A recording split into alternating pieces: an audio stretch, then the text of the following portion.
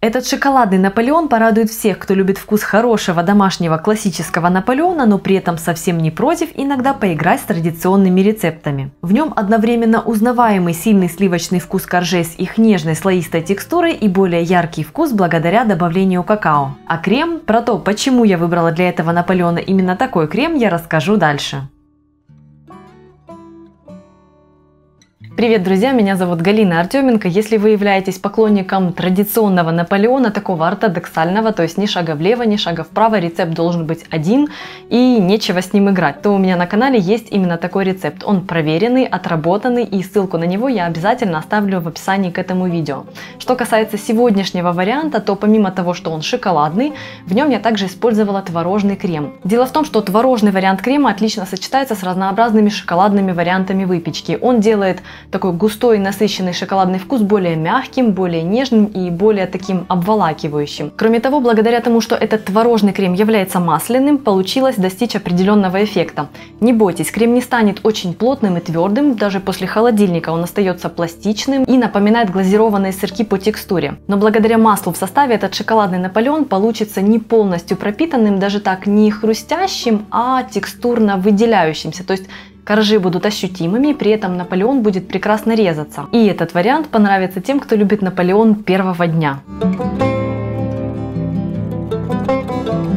Список ингредиентов для коржей и для крема сейчас доступен на экране, а также я продублирую эту информацию в описании под видео. Там же я продублирую информацию касательно получения разных вариантов крема по плотности. Для приготовления крема на масле все ингредиенты должны быть комнатной температуры. Это количество ингредиентов рассчитано на раскатку коржей диаметром 20 см. После выпечки диаметр будет 16-17 см. Ледяное сливочное масло нарежьте небольшими кубиками, так тесто смешается быстрее и равномернее, а чем быстрее мы замесим тесто, тем более нежными будут коржи. В чашу комбайна отправьте муку, у меня тут высшего сорта с добавлением цельнозерновой. Я взяла 50 граммов цельнозерновой из общего объема. К муке добавьте какао, всыпьте щепотку соли. Отправляйте в чашу кусочки ледяного сливочного масла. Измельчите массу до состояния крошки. Отправляйте в чашу желток. Теперь продолжите перемешивание теста, вливая в него ледяную воду с ложкой уксуса или лимонного сока. У меня же была сыворотка, так что я использовала ее. Желток и подкисленная жидкость сделают тесто более нежным, и слои получатся более хрустящими и хрупкими. Тесто должно собраться в шар и даже быть чуть мягче. Если вы смотрели мое видео с классическим Наполеоном, то для него тесто я делаю чуть более крутым, чем для шоколадного варианта. В шоко-варианте с таким тестом, как на видео, работать на раскатке будет удобнее. Тесто заверните в пищевую пленку и отправляйте в холодильник часа на 4. Я обычно отправляю пласт теста в морозилку на 15-20 минут, а затем убираю в холодильник на пару часов. Охлажденное тесто выложите на припыленный мукой рабочий стол и разделите на 10 частей. Пока будете работать над раскатыванием одного коржа, остальное тесто держите в холодильнике. Очень важно, чтобы это тесто оставалось холодным. Во-первых, вам банально будет удобнее с ним работать. Во-вторых, если такое тесто в процессе работы нагревается, начинает блестеть, то готовое изделие будет грубым и затянутым. Коржи не будут такими нежными, как должны. Припылите кусочек теста мукой и раскатайте его в тонкий пласт так, чтобы можно было вырезать из него корж диаметром 20 см. У меня вот как раз есть удобная крышка, ее диаметр 19,5 см, буду использовать ее. Обрезки после раскатки убирайте в холодильник, доставая следующий кусочек для раскатки коржа. Раскатанные коржи выложите на противень, застеленный пергаментом. Накалите коржи вилкой, чтобы предотвратить образование больших пузырей. Так как мой торт по диаметру небольшой, я выпекаю сразу по 4 коржа, на противень помещается по 2. Использую режим конвекции и температуру 220 градусов. В моей духовке процесс занимает 7-8 минут. Все обрезки соберите и раскатайте в тонкий бесформенный пласт. Испеките. Этот корж пойдет на отделку. Готовые коржи будут нежными и хрупкими, так что пока они горячие, обращаться с ними стоит бережно.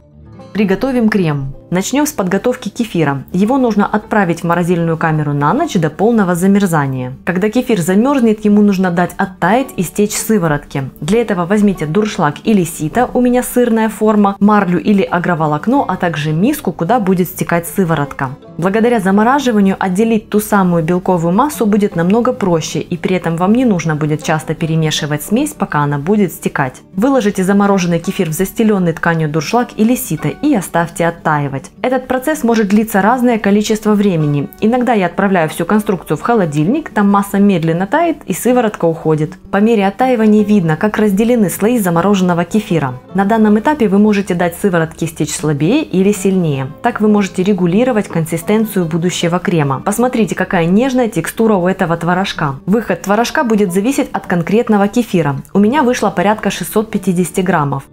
В миску отправьте размягченное сливочное масло и всыпьте к нему сахарную пудру. Разотрите масло с пудрой, чтобы пудра не пылила, а масло стало податливым. Теперь можно приступать к взбиванию. Взбейте масло с сахарной пудрой до посветления и небольшого увеличения в объеме. Затем добавьте к маслу кефирный творожок и взбейте крем до однородности. Если творожок будет холодным, крем расслоится и пойдет крупными зернами. Мой крем готов. Он нежный, напоминает взбитые сливки, но при этом невероятно ароматный и имеет приятную характерную кислинку во вкусе. Сборка. Сразу подготовим крошку. Бесформенный корж из обрезков уберите в пакет и измельчите до состояния крошки.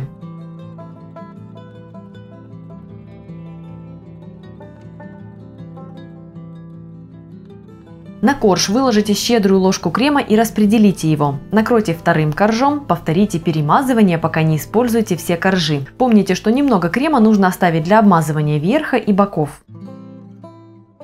Уложив на торт последний корж, я укладываю сверху небольшую досточку и очень деликатно придавливаю торт. Делайте это так, чтобы коржи лучше улеглись, но чтобы при этом не выдавить наружу много крема. Теперь обмажьте кремом бока торта. Можно сразу же обмазать и верх, но я сперва отделываю бока, а затем работаю с верхом.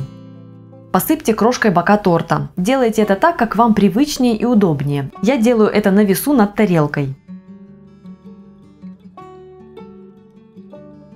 Завершаю отделку верха. Отправляю туда весь оставшийся крем, распределяю и присыпаю верх щедрой порцией крошки.